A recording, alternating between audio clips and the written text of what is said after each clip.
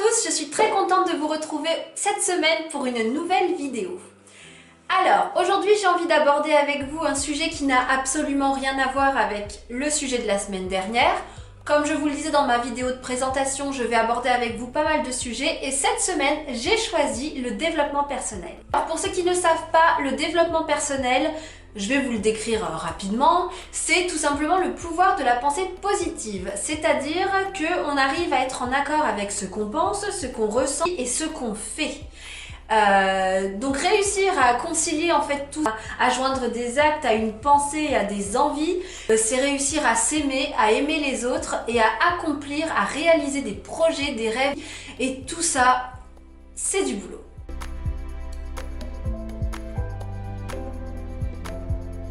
Comment j'ai découvert le développement personnel? Alors, hélas, dans la vie, tout le monde connaît des hauts, des bas, etc. Moi, j'ai connu pas mal de bas, dont je ne parlerai pas. Il n'y a que deux choses aujourd'hui dont je vais vous parler. Parce qu'elles sont essentielles pour comprendre mon parcours et comprendre pourquoi, comment je me suis dirigée vers cette discipline-là. Alors la première, j'avais 16 ans et donc c'était mon premier amour. Il faut savoir que c'était un pervers narcissique. Il y a de plus en plus de pervers narcissiques et donc de plus en plus de victimes aussi et c'est horrible. Et une fois qu'il vous a lâché parce qu'il voit que sur vous il n'y aura plus d'impact, il prend une autre proie et il se défoule sur elle. C'est affreux. Pour ceux qui aiment Harry Potter, et bien donc ils connaissent les détraqueurs. Les détraqueurs, ce sont ces espèces d'esprits qui viennent aspirer le bonheur des autres, la joie de vivre, parce qu'ils ne supportent pas. Et bien, un pervers narcissique, c'est exactement la même chose. Il vient pour aspirer votre personnalité, vos ambitions, votre amour-propre, tout ça en vous convainquant que vous êtes nul, bon à rien, moche, pas aimé, que vous ne réussirez jamais rien dans votre vie et que vous ne vous aimez même pas vous-même. Alors comme ça, c'est parfait, vous secouez tout ça, ça vous fait un cocktail de négativité, de perte d'estime de soi, de tout ce que vous voulez. Et donc ça fait de longues, très longues années de négativité, c'est terrible. Et pour se sortir de ça, sincèrement, eh bien bon courage. Moi j'ai réussi à m'en sortir grâce à un événement et sincèrement, au départ je croyais que c'était le ciel qui me tombait sur la tête et aujourd'hui ben, je me rends compte qu'au final c'est une chance. C'est la fente labiopalatine de Rachel. Oui, je sais, ça peut paraître complètement dingue, mais croyez-moi, vous allez comprendre après pourquoi au final cette fente est devenue une réelle chance pour moi personnellement et pour Rachel parce que ça lui a créé un sacré tempérament, une sacrée force mentale et croyez-moi, c'est un sacré petit bout de femme. Mais ça, on développera dans la vidéo qui est consacrée à la fente labiopalatine. Donc, comme je disais, la chance pour moi, ça a été cette fente. Ça peut paraître complètement fou, mais c'est réel. La fente labiopalatine, je développe rapidement, parce que voilà, j'aurai une vidéo à ce sujet. Mais la fente labiopalatine peut être liée à d'autres problèmes de santé. Des problèmes de santé extrêmement graves. Et pour ça, il faut faire des examens. Tant qu'on n'a pas les résultats des examens, on vit dans la peur, dans la crainte de devoir faire une interruption médicale de grossesse parce que votre enfant ne pourra pas évoluer dans ce monde.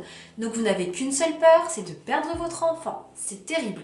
Ça a été des moments extrêmement durs. C'est qu'à partir du 7e mois où on a reçu les résultats qui étaient donc négatifs, où j'ai enfin pu vivre sereinement ma grossesse. Et à partir de là, je me suis dit... Non, attends. Moi qui suis d'une nature hyper enjouée, hyper positive, hyper heureuse, ambitieuse, rentre dedans, franche et tout ce que vous voulez, je vis cette vie depuis, c'est simple, j'avais 16 ans et je suis tombée enceinte de Rachel à 29 ans. Alors imaginez le nombre d'années que j'ai passé à vivre dans le négatif, dans la peur, dans la crainte, en étant persuadée que j'étais nulle et une bonne à rien et que personne ne m'aimait et toujours vivre dans cette peur de l'abandon, de tout ce que vous voulez. C'est horrible. Et du coup, à partir de là, ça m'a fait tilt, ça a été un véritable déclic et donc d'où la chance en fin de compte, ça m'a secoué complètement et à partir de là, j'ai dit eh ben stop, c'est terminé. Et donc j'ai cherché, j'ai pianoté sur YouTube et je suis donc tombée sur des vidéos de développement personnel. J'ai vu les vidéos d'Alexandra Villarroel Abrego, Alors c'est une Canadienne. Bon, elle a l'accent, hein. Ceux qui n'aiment pas l'accent canadien, bon, c'est un peu chiant. Moi personnellement, ça ne me gêne absolument pas. On a failli vivre au Québec, donc ce serait un petit peu ennuyeux quand même de ne pas aimer l'accent canadien. Ça serait ballot. Bref, je suis tombée sur elle et je suis tombée aussi sur Franck Nicolas, qui est un Français expatrié au Québec aussi. Ils sont très forts, ces Québécois. Bref, je suis tombée là-dessus, ils parlaient dans leurs vidéos de bouquins, de livres, donc j'ai acheté des livres que eux-mêmes n'ont pas écrits, hein, donc ça n'a rien à voir avec leur business. Donc j'ai acheté ces livres et ça m'a nourri, je me sentais bien. Et donc petit à petit, comme quand on apprend un métier, qu'on est en formation ou autre, eh bien on assimile les informations et après petit à petit on les met en pratique. Il faut savoir quand même que c'est un processus qui est assez long, ça vient pas comme ça en un claquement de doigts.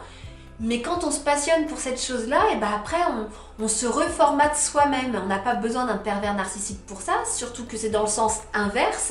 On se reformate, on réapprend à penser, on réapprend à aimer les choses, à ne plus être dans le jugement, à ne plus être dans la négativité. Et tout ça, c'est un long travail, c'est un long processus, mais on y arrive.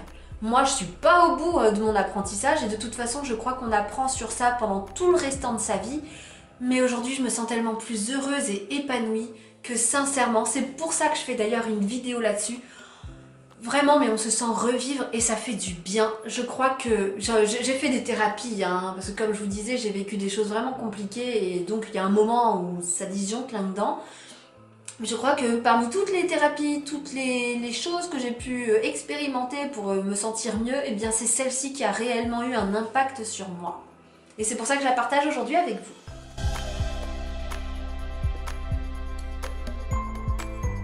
Alors, dans le développement personnel, il faut savoir qu'il y a des choses à respecter.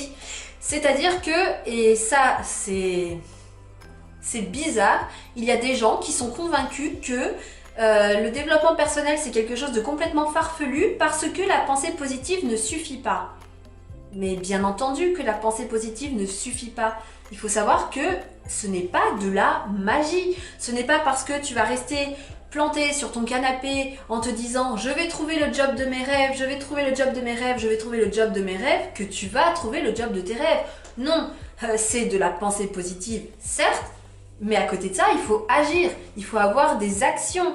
Et si tu rentres pas en action, tu peux rester très longtemps affalé sur ton canapé, ça n'arrivera pas, je peux te le promettre. Et donc, les personnes qui sont convaincues de ça, non, je vous arrête tout de suite, hein. La pensée positive, ce n'est pas uniquement ça. Le développement personnel, c'est pas ça. Le développement personnel, c'est de la pensée positive, on est d'accord, mais c'est aussi des actions à côté. Donc, tu veux trouver le job de tes rêves, tu fais tes CV, tu fais tes lettres de motivation, tu te pomponnes et tu files. Tu vas chercher ce que tu veux. Ce n'est pas en restant planté là que ça va réussir. Tu veux réussir tes examens, mais tu n'ouvres pas un bouquin, c'est pareil, hein, tu peux t'accrocher. Donc les personnes qui pensent que le développement personnel c'est un truc pour les illuminer, non, c'est pareil, c'est pas vrai. C'est tout simplement de la psychologie positive. C'est se motiver, c'est prendre confiance en soi et c'est aller vers ses buts, ses objectifs, tout simplement. Donc première règle extrêmement importante parce que je l'ai déjà entendue et c'est pas possible de penser comme ça, la pensée positive ne suffit pas. Il faut des actions, il faut se bouger à côté. Le deuxième point aussi, il faut savoir que vous n'êtes absolument pas à l'abri de l'échec. L'échec, c'est pas une fin en soi, ce n'est pas quelque chose de grave. Si vous échouez, c'est que votre projet manquait de quelque chose, il y a quelque chose qui n'allait pas. Le véritable échec, c'est de rester là où vous êtes tombé, là où vous vous êtes planté et de vous dire « j'arrête, j'ai échoué, ça sert à rien, je ne suis pas fait pour ça ». Non. Pas du tout. L'échec, c'est un apprentissage, c'est une leçon. Il y a quelque chose à corriger à votre projet, tout simplement. Vous trouvez quoi? Vous le changez, vous réessayez et vous échouerez peut-être encore ou peut-être pas. Mais en tout cas, l'échec, ce n'est pas grave, ce n'est pas une fin en soi. Et c'est aussi une très bonne façon de tester votre projet et de voir si vous êtes réellement motivé et que vous en avez réellement envie. Parfois la vie vous met des petits signes comme ça sur votre chemin, c'est pas pour rien, c'est pour peut-être tester votre motivation, votre force mentale, votre niaque, votre envie de réussir, votre ambition et de voir si vous vous accrochez réellement à ce projet. Moi-même, j'ai échoué. J'avais un projet professionnel qui était sur le point d'aboutir d'ailleurs et auquel je tenais énormément. J'y tiens toujours d'ailleurs aujourd'hui, mais avec mon statut de maman solo, c'est plus compliqué à réaliser. Si j'ai échoué dans ce projet-là, c'est tout simplement parce qu'il y a un autre projet qui est venu se mettre devant, donc on devait déménager au Québec, et ce qui a fait échouer le déménagement au Québec, c'est tout simplement la séparation. Forcément, c'est plus compliqué comme ça aussi. Donc voilà, j'ai vécu des échecs. C'est pas grave, on se relève, on réfléchit, on trouve d'autres choses, parce que du coup, peut-être que c'était pas à réaliser maintenant, que ce sera à réaliser plus tard, ou peut-être même jamais, je n'en sais rien. Mais en tout cas, je sais qu'à l'instant T, ce n'était pas possible, et il a fallu donc que je retravaille, que je revoie mes envies, mes priorités, mes projets, que je trouve d'autres solutions. L'entrepreneuriat, c'est mon truc, c'est certain, mais dans quoi? Il a fallu que je réévalue la chose, mais je ne suis pas restée plantée sur cet échec. Ne surtout pas faire ça, parce que sinon, là ouais, par contre, vous n'arriverez pas à obtenir ce que vous voulez, c'est pas possible. Ça va pas vous tomber tout cuit dans le bec. Ceux qui pensent ça, non, vraiment, secouez-vous, parce que ça n'arrivera pas. Il faut vraiment se secouer et se bouger, et être convaincu que ça va réussir. Et si vous échouez, eh bien comme je vous ai dit, c'est pas grave, vous retravaillez le projet, mais vous continuez, vous persévérez. C'est de la persévérance.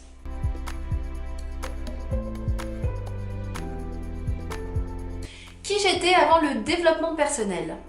Eh bien, j'étais la pire version de moi-même. Comme je vous l'ai dit tout à l'heure, le pervers narcissique, c'est un détraqueur donc qui aspire votre positivité. Pour moi, c'est un vampire d'âme. C'est un vampire qui se nourrit de votre bonheur, de votre amour, de tout ce que vous voulez, qu'il y a de bien dans votre vie. Et du coup, ça vous amène à devenir une personne qui est clairement désagréable, autant pour vous que pour les autres. C'est-à-dire que moi, avant, j'étais aigrie, triste, toujours à me plaindre, jamais vraiment heureuse, à même pas profiter des instants de la vie. La vie m'a donné 2 adorables petites filles avant Rachel. J'étais plutôt le genre à chouiner tout le temps sur mon triste sort, alors que triste sort, pas si triste que ça quand même, parce que voilà, j'avais des belles choses, mais on n'a même plus conscience de ce qu'on a de bien dans notre vie. Et d'où le développement personnel aussi, ça vous permet de vous rendre compte de ce que vous avez dans la vie et non plus de ce que vous n'aurez pas.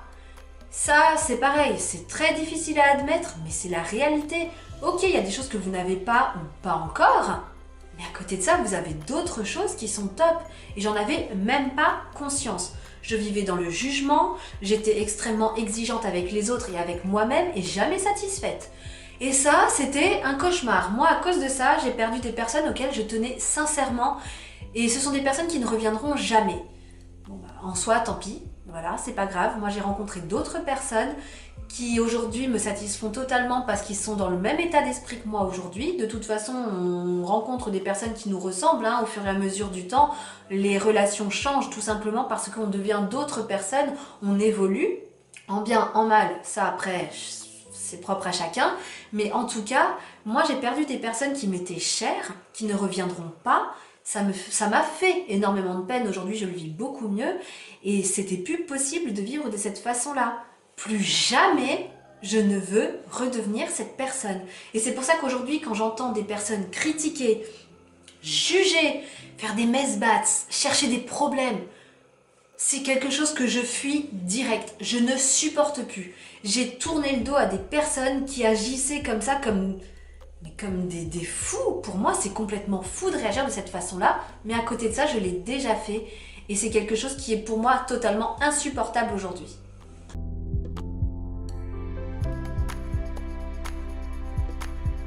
Alors aujourd'hui, moi je continue donc mon apprentissage. Comme je le disais tout à l'heure, c'est l'apprentissage de toute une vie. C'est pas juste une période de sa vie. On évolue, on évolue, on évolue sans cesse. Et de toute façon, une vie, c'est fait aussi pour apprendre en permanence. Donc moi aujourd'hui, je me sers encore, j'apprends encore le développement personnel. J'avoue que je me tourne un petit peu plus vers le pro que vers le perso. Parce qu'au niveau du perso, pour le moment, je pense que j'ai fait le tour. À la rigueur, la seule chose qui me manque au niveau perso, voilà, c'est l'amour, c'est les sentiments. Ça, je pense que ça viendra quand j'aurai réussi à m'accomplir réellement et que j'aurai réussi à devenir ce que j'ai de meilleur à donner à une personne en fait. Donc là pour l'instant, voilà, j'ai encore du boulot, c'est pas encore quelque chose d'accompli. Et puis voilà, je suis plus tournée vers le professionnel.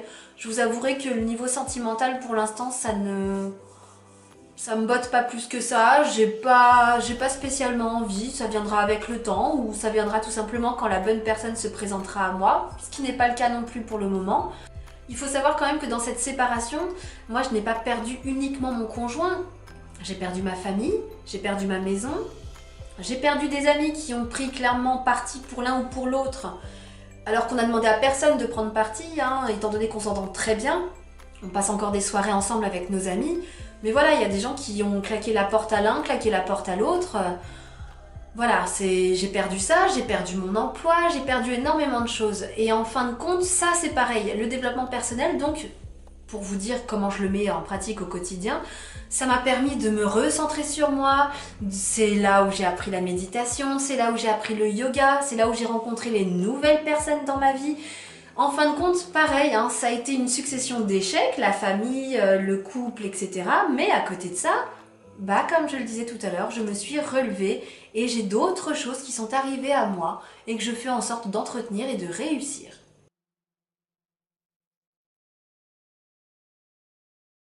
Donc voilà, si je devais finir sur quelque chose, ce serait de vous dire que la seule et unique personne qui vous accompagnera tout au long de votre vie, c'est vous-même. Et il est primordial, il est important de s'aimer, de se faire confiance, de prendre soin de soi. Vraiment, c'est très important. Épanouissez-vous, brillez, faites ce que vous aimez. Je peux vous assurer une chose, c'est que tout ça, c'est contagieux.